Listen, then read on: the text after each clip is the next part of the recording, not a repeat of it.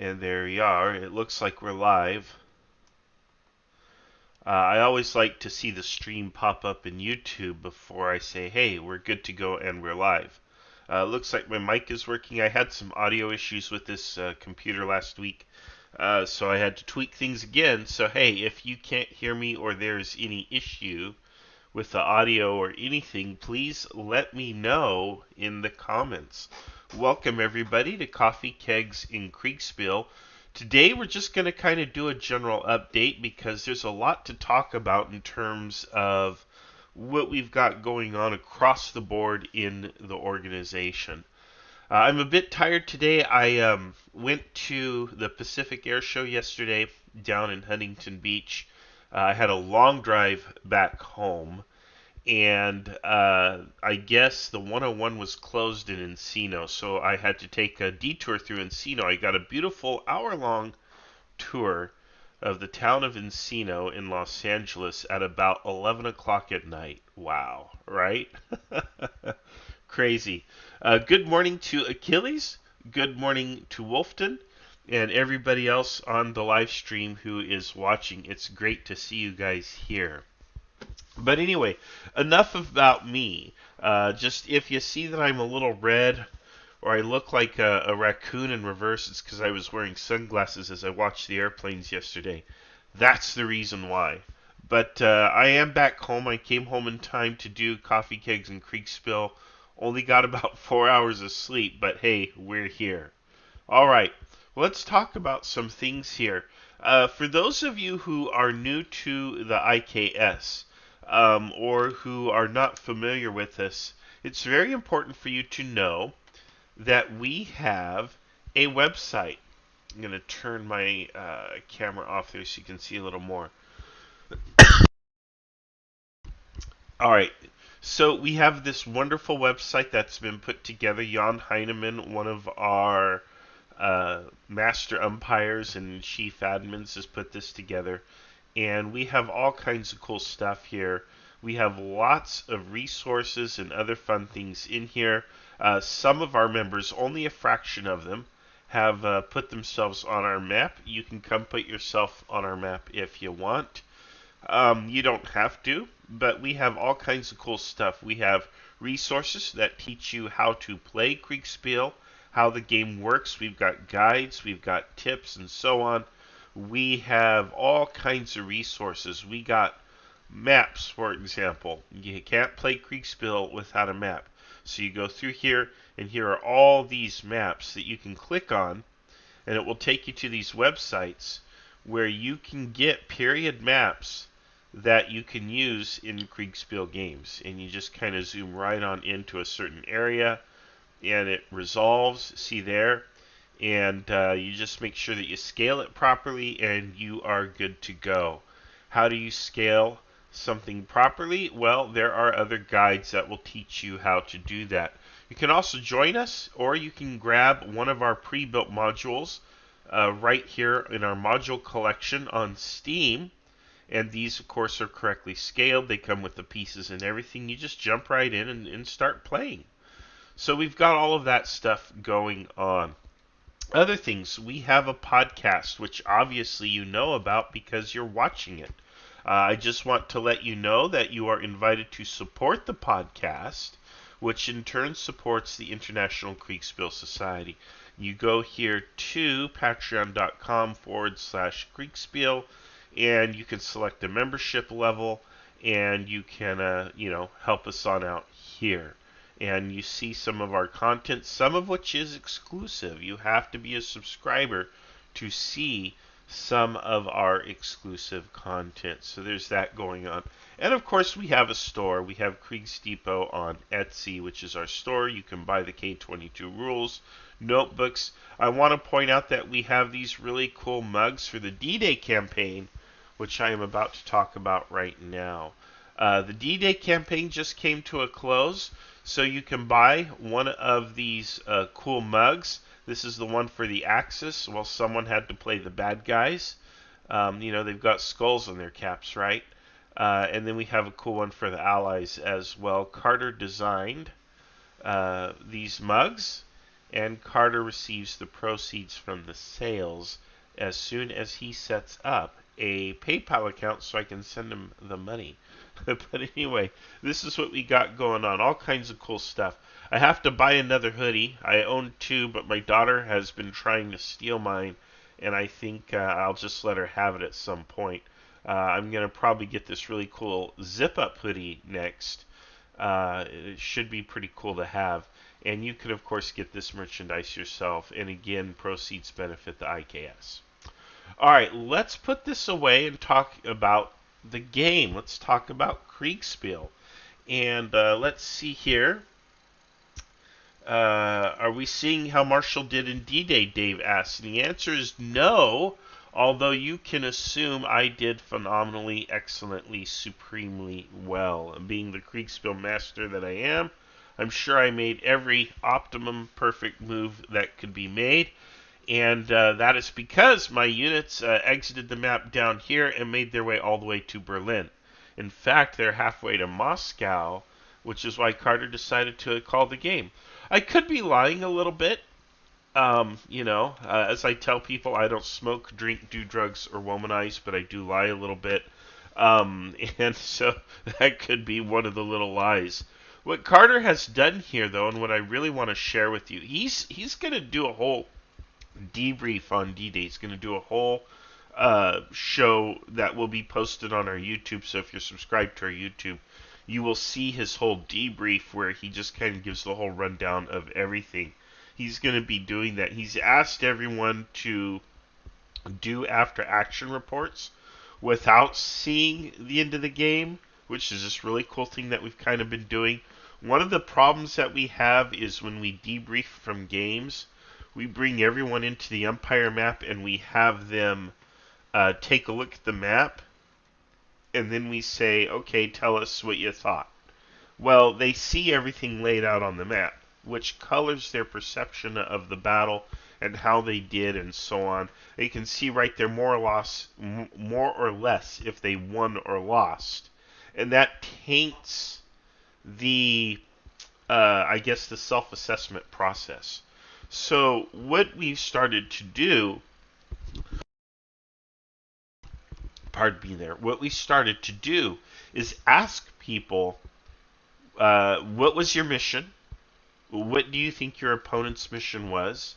Depending on if that's an appropriate question for the game. How do you think you did? What were you trying to do? You know, we ask these simple basic questions and we let people provide answers to them before we show them the whole map. Then you have the big reveal. And what that does is, you might get a player like myself who has been in this situation many times.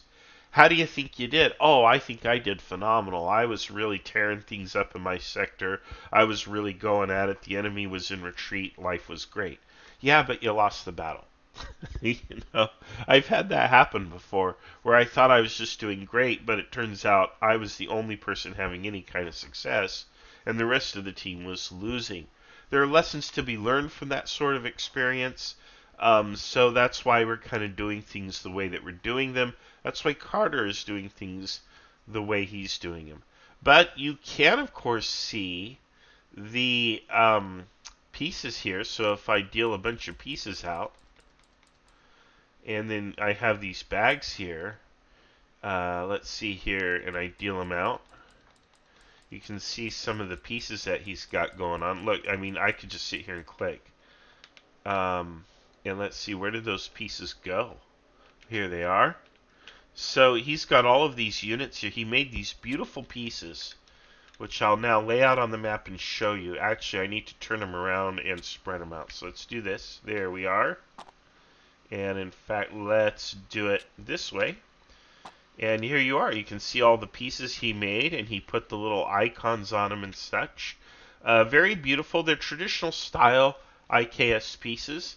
But then, they go on these maps, and we'll put these over here. So we'll find a spot of the map where it's not so busy and cluttered. And there you go. You can appreciate them a little more there. I think they're really cool. They're quite pretty. And then let's take a look. Let's pull out some British pieces, which I think are a little more colorful than the American pieces. Let's go ahead and pull these out. And let's pull out these. Let's draw a bunch out. And we'll just click that a bunch of times. It looks like we've got everything out. Let's go grab them. And then we'll set them up here next to the German pieces. And you can kind of see a little contrast there. And so a player would have controlled all of these blocks. And here, like I said, they're a little prettier here. So, you know, just really cool stuff. He did a really good job with these pieces. And if you are not a D-Day player, if you go to the YouTube, you can actually see the D-Day battle as it unfolded, because he recorded those and put those on YouTube, so you can actually see how it turned out before we players even know. I don't know. I can't watch the videos. I mean, I could, but why would I? That would ruin my experience, right? I don't get to watch the videos yet. None of the players do. That veil will be lifted probably in a week here after the D-Day stuff gets handled. All right, let's see here. Let's see what we've got on. Let's put this over here. And let's see here. Beautiful map, yes. And I think you might be talking about the European stuff. All of these maps are beautiful. This is a beautiful map too. But the maps that we have for Kriegsspiel in our resources, some of those maps are absolutely gorgeous. They're actual period surveys from like the 19th century and so on. Quite pretty. Come for the marching simulator, stay for the quiz. That's right, Achilles. That does happen. Let's see here what else we've got. Wolfton says, there's a quiz. Yes, there's a quiz. Achilles, how do you think you did? There you go. I think that's very important, but we've already talked about that. Dave says, the 30th Corps is the best corps. And Achilles says, I understand the 30th Corps was brilliantly led. You know, that makes me think that Dave and Achilles must have been together in the 30th Corps. I guess I could look for it, but I want to move on to other topics. But we will get their reports, and we will see how they really did. And then we'll see if they can hold a candle to me, who clearly did the best. Dave is accusing Achilles of fake news in the YouTube comments. What do you know? Well, anyway, let's talk about a couple other things here. Let's see, can I move things around here? Yes, I can. Yes, I can. All right, let's talk about red versus blue. Red versus blue is about to restart. And so you folks know, we have had a long-running campaign called Red versus Blue. I'll pull up the almanac. We can have a quick look at the almanac. And here it is. And basically, Red versus Blue is this Napoleonic era campaign, but it is fought in a world that is made up, that is based on the Napoleonic world, on the what we call the continent of Reeswitz, or Reeswilt, and we call it not Europe. It's not Europe, but there are fictional analogs. So there is this analog to France called Vermilion, red, right? And their great rival is Blue or Blau or Blaustein, Blaureich, as it goes by. And there are other countries. There's Altmark, which is like an England Dutch sort of amalgamation. We have the Grand Duchy of Liesen, which some have recently compared to Belgium. I think they're a little bit more powerful than that. We have the Southern Duchy, which is sort of a Switzerland equivalent, roughly, but like an evil Switzerland. I don't want to get into all of that now. We have Zarkina, which is like a Russia. And, of course, I've mentioned Vermilion. Blaureich, just so you know, that's like Prussia or Germany. But anyway, we have a whole history for all of these things here. There's all kinds of cool and interesting things here that you can read about in our almanac, so you can kind of get up to speed on what has been happening in the campaign. And look at that handsome image there. There we go. and so on. But what's going to happen is the 1806 campaign is about to resume, and players. Let's see. Let's take a look at some of the nations, and I don't want to, show too much here. But each nation has their own Discord, so they can communicate with one another inside their own Discord. So basically, that's their own court, their own internal affairs. But then we're going to set up a server, and it will probably either be this server or a different server. See, there's even a secret timeline here that players can't see, only umpires can see it. We use it to keep us honest. We record events that are happening that are outside the player's view. That way, we're not making stuff up. These things are actually happening, and they're in the record. They're in the canon, but the players don't know about it, and the umpires can't fudge it. It keeps things fair. We have an economic layer, and there's all of this stuff going on. So what's going to happen is you have sort of this not Europe, as we call it, and you have all of these interactions, and most recently Vermilion Empire or Republique has collapsed. There's something big flying by outside. I don't know what it is, but it sure is loud. We do... Oh, it's military stuff. Yep. I just saw a Cobra attack helicopter fly by out my window, so there you go.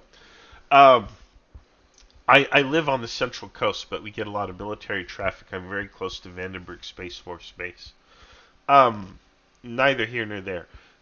The Reeswilts, which is the France equivalent, not France, I suppose, not Reeswitz, Vermilion, recently collapsed. And now they have a military dictator who has essentially seized power, and he is called President Martel.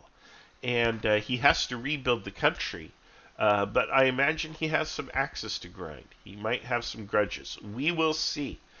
But the Vermilion nation has been done poorly by some of those other nations around it, and there is certainly casus belli there.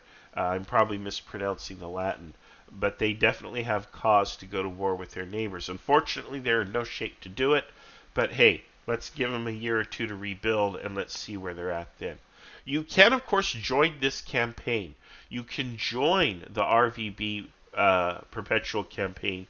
You can also join the International Kriegsspiel Society, and the way you do it is you just join our Discord. Come to our Discord, join us here. If you want, I can probably even put a link right now in the...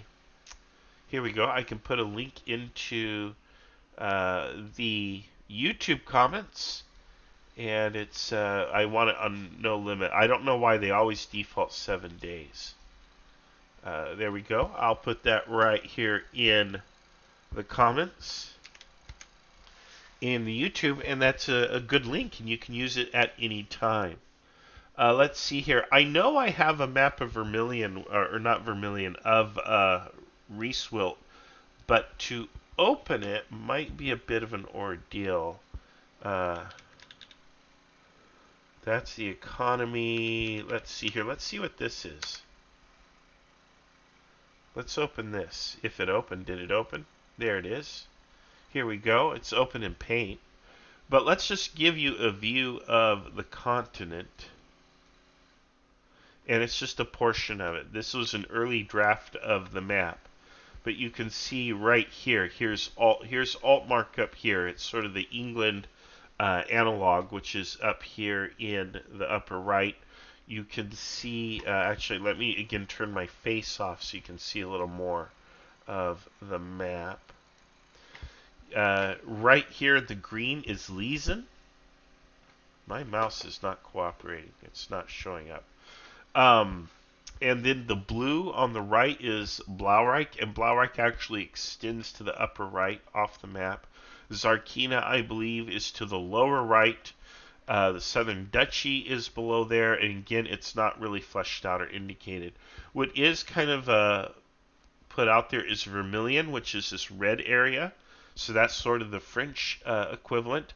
Beneath it in the yellow, you have Dorado, which is a Spanish equivalent. And then in the kind of teal color, you see another nation, and I'm not sure what the name is. Somebody recently told me And in my mind, it was sort of going to be like an Italy kind of Italian equivalent, but I don't know. I think they're doing something else with it. Again, that's up to the empires, of which I am one, but I am not running all of this stuff. I don't make all of the decisions. So lots of cool stuff going on.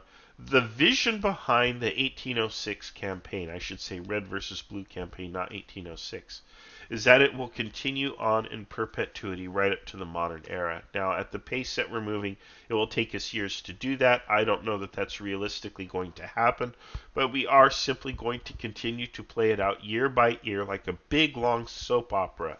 So, if you like role play, you definitely want to be involved.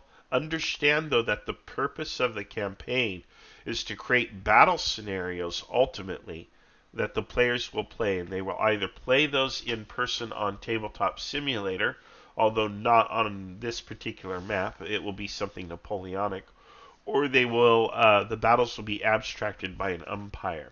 So it'll be sort of a Kriegsspiel. Yes, it's definitely Kriegsspiel, but you're going to be doing it at a much higher, at what we would call the campaign level, where the umpires resolve everything themselves for you. So that's what's coming up. Let's take a look here. Um, Achilles, let's see here. Wolfton says Operation Don't Die was the name of the game. I think he's referring to the World War II, the D-Day game. And Achilles says, yes, let's talk about red versus blue. And I can't say too much because there's active work going on. Like, we got players in there. You saw there's already 3 servers. And some of them, a couple of them are actually quite active as the players put together their teams and work out their strategy for the 1806 year and beyond. And there's this whole economic layer where funds are limited. And if you want to have a big army and a big navy, that's fine, but it's really going to hurt your economy. It's going to cost you. So there's a lot of stuff going on in the 1806 campaign, and there's room for everybody to come and participate on some level.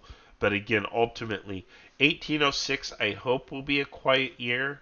I could be completely wrong about it, but in the years to come, there's going to be a lot of movement. There's probably going to be another great war, if you will.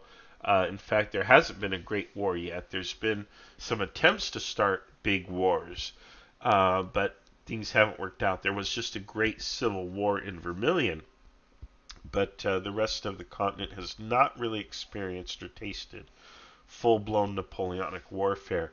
But that could happen. It could come, and sooner than we think. Achilles says our grandchildren will be playing this someday. Oh my goodness. Wouldn't that be hilarious? We will see. I'd like to think we can process turns a little faster than that, Achilles. So I would like to think, but we will see. Anyway, that's kind of what I got. I could sit here and keep rattling on, but I think it's probably better to just get to the end and stop. And I do want to remind everyone, help us out on Patreon. Come here and subscribe and help help the org. You get access to some of our exclusive content. Let's see here. Yeah, we talked about playing some miniatures at Strategicon. There were photos of that somewhere. Oh, you know what? They're supposed to get put on the website, but they are not yet on the website, but they are there. We actually played against some miniature players at Strategicon. Achilles was there, and we kind of mopped the floor with their faces. I just have to say, playing Kriegsspiel and knowing, just knowing the tactics of the period and so on, we really cleaned those guys' clocks. I think they were shocked. They didn't expect us to walk in and beat them at their own game, but it was child's play for us.